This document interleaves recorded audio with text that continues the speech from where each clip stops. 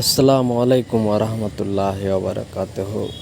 এটাই হচ্ছে আপনার সৈয়দ সুলতান মখদুম আশরাফ জাহাঙ্গীর সিমনানির মাজার। ফজরের নামাজ সমাপ্ত করে সবাই জিয়ারতের জন্য বসে যে যা জানে তেলাওয়াত করছে। এখনও সকাল ঠিকভাবে হয়নি। আমরাও গেছি ফজরের নামাজ আদায় করার জন্য। এই মসজিদে বা মাজারের পাশে যে আউলিয়া মসজিদ আছে সেখানে সবার সৌভাগ্য হয় না। ভোর 3টে থেকে গিয়ে মানুষ বসে থাকে। আপনি যদি কোনো দিন যান অবশ্যই টাইমে যাবেন, তাহলেই জায়গা পাবেন নামাজ পড়ার জন্য। সবাই এখানে বসে আছে, যে যা জানে তেলাওয়াত করছে অবশ্যই। এই যে সামনে যেটা দেখলেন সেটাই হচ্ছে আপনার আউলিয়া মসজিদ। আমরাও দাঁড়িয়ে আছি। এই হচ্ছে আপনার সন্ধ্যার দৃশ্য। এই সমস্ত লোক দেখতে পাচ্ছেন ভূত জিনের রোগী। আর এই হচ্ছে আপনার মার্কেট। এই সমস্ত দোকানে আপনি সমস্ত সামগ্রী পেয়ে যাবেন।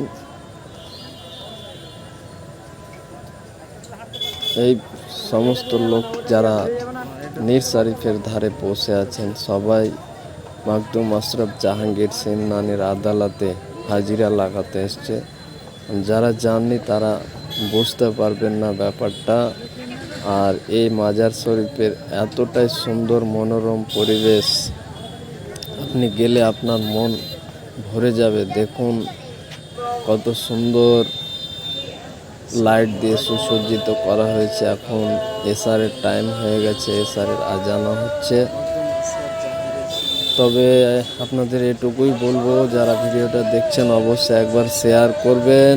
যারা যাননি দেখেননি তাদেরকে দেখার সুযোগ করে দিবেন। আর আল্লাহ কাছে আমি এটাই দোয়া করব, যারা যাননি একবার অবশ্যই একবার হলেও মখদুম আশরাফ জাহাঙ্গীর সিমনানির দরবারে যাবেন। আশা করছি আপনি যে মনের কামনা বাসনা নিয়ে যাবেন মখদুম আশরাফ জাহাঙ্গীর সিমনানির ওসিলায় আপনার সমস্ত কিছু পূর্ণ হবে। এতটাই লোক হয় মখদুমে জাহাঙ্গীর সিমনানিতে যে বলে আপনাকে বোঝাতে পারবো না। আপনি যদি না যান তাহলে বুঝতেই পারবেন না যে কেচুচা শরীফ উরুস কাকে বলে। এটা মুহররম মাসের লাস্টের দিকে হয়। অবশ্যই একবার যাবেন। সবাই ভালো থাকবেন, সুস্থ থাকবেন। ভিডিওটা অবশ্যই একটা লাইক দিয়ে শেয়ার করবেন। আর আল্লাহর কাছে আমি এটাই দোয়া করব, যারা জাননি তাদের যাওয়ার জন্য সৌভাগ্য হয়।